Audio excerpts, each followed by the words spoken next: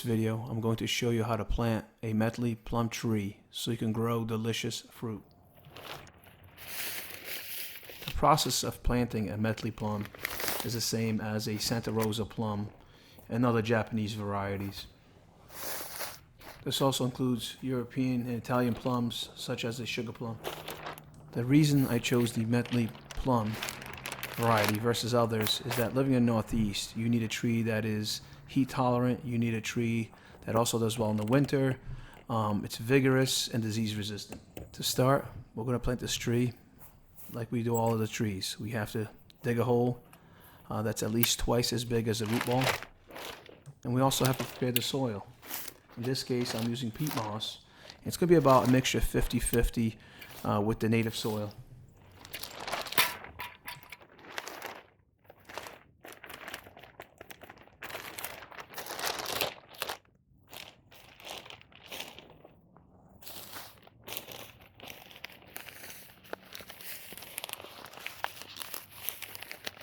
Now the next thing I'm going to add is perlite. And what perlite does is it prevents soil compaction. It also promotes strong root development. And what it does is it basically allows for drainage.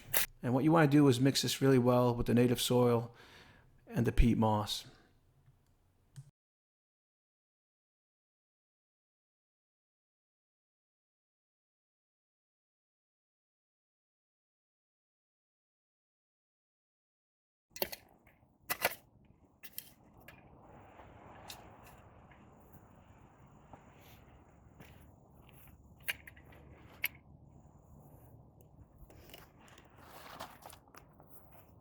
The next thing we're going to do is grab the root ball itself and sort of break it apart a little bit to promote strong root development.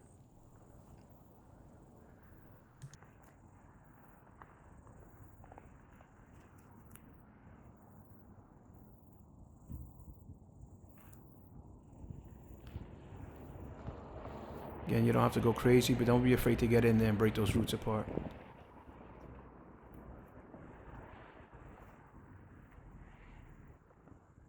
The next step is to measure for planting depth. What you're trying to measure here for is to make sure that the top of the root ball is equal to or slightly above the ground level. Don't be afraid to backfill a little bit more if you dug a little too deep.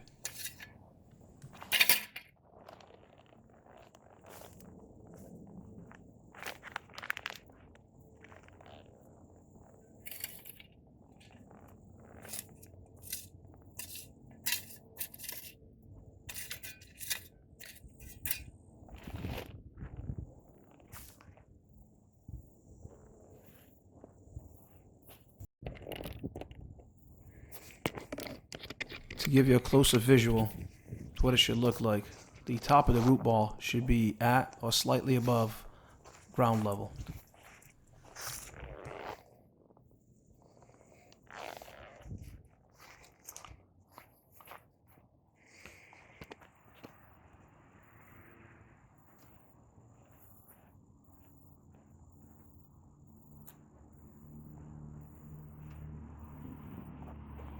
The next step is to check to make sure that the plum tree is upright, it's not crooked, and you want to check this from all angles.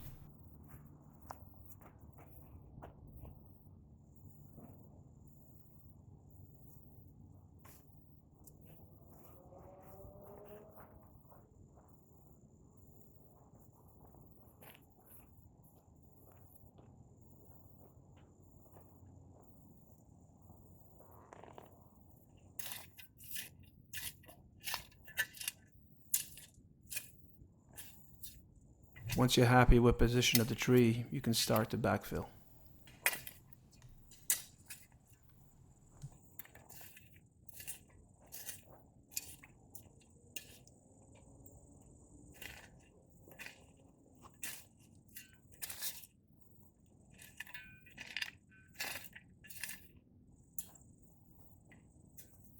While the Methley plum is tolerant to a number of soil types, it prefers a well-drained, loomy type of soil.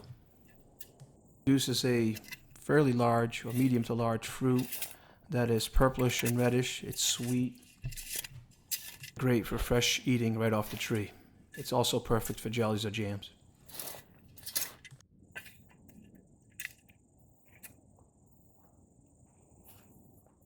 Because I have other Japanese types planted on my property, this tree makes a great pollinator for other Japanese varieties.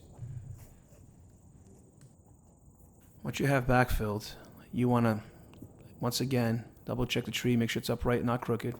At this point, you want to start compacting the soil. Again, this is light compact. We're not putting too much pressure on the soil itself.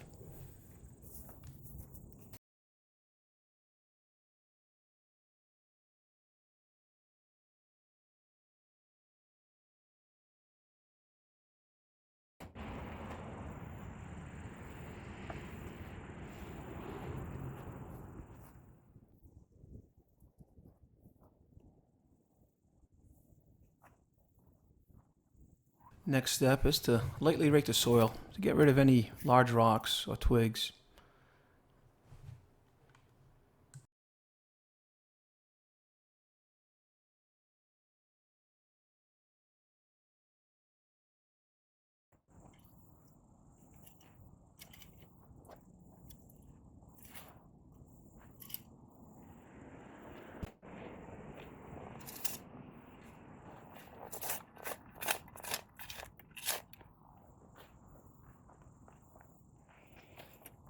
This is a newly planted tree. You don't want the grass competing for nutrients. And so what I typically do is I clear roughly a 16 to 20 inch radius around the tree, and then by removing all the grass.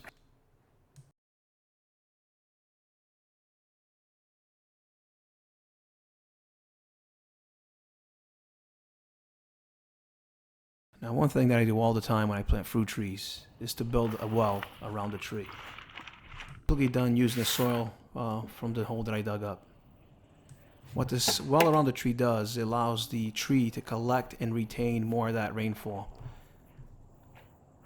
Keeping the moisture in allows the tree to have strong growth in addition to less watering.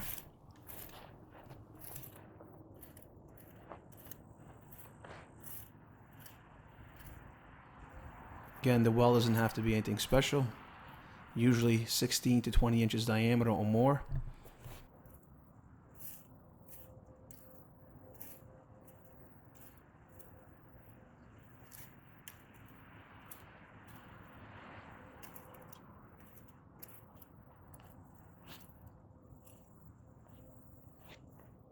I mentioned earlier, I do this to all my fruit trees.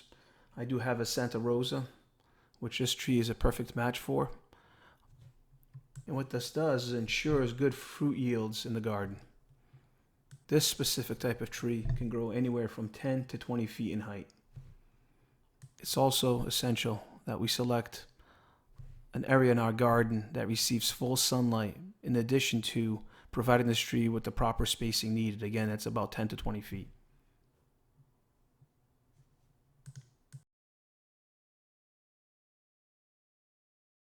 One of the reasons you want to pat down the well is so that rainwater doesn't wash it away. So you just want to compact it in.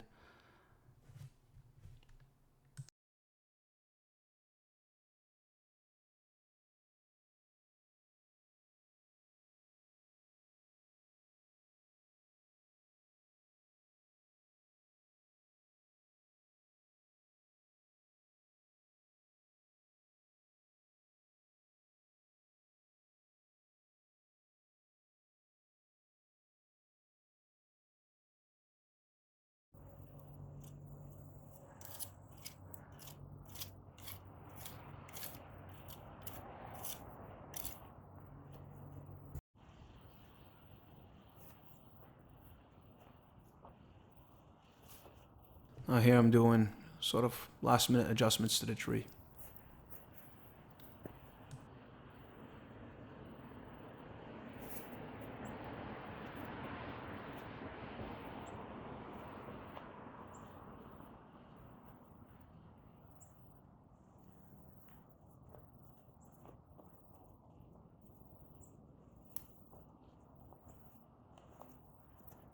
Once your well is complete, the next step is to add in about 3 inches of mulch. This allows for the retention of moisture.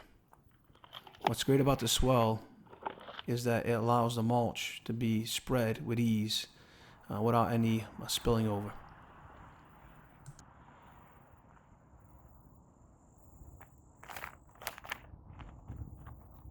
Important thing to note here is we don't want to choke this tree, so you want to give about 2 to 3 inches of clearance around the bark.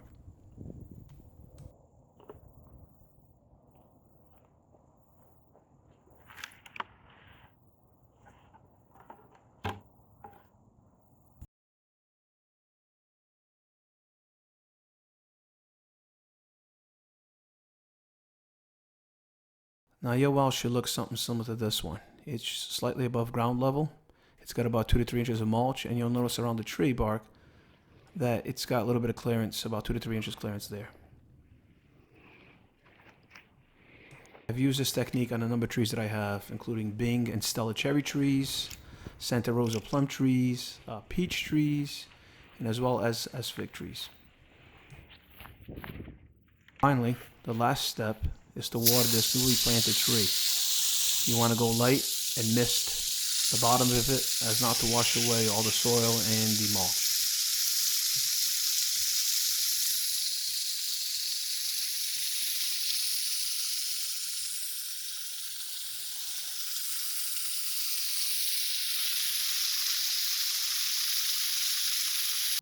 Please don't forget to subscribe.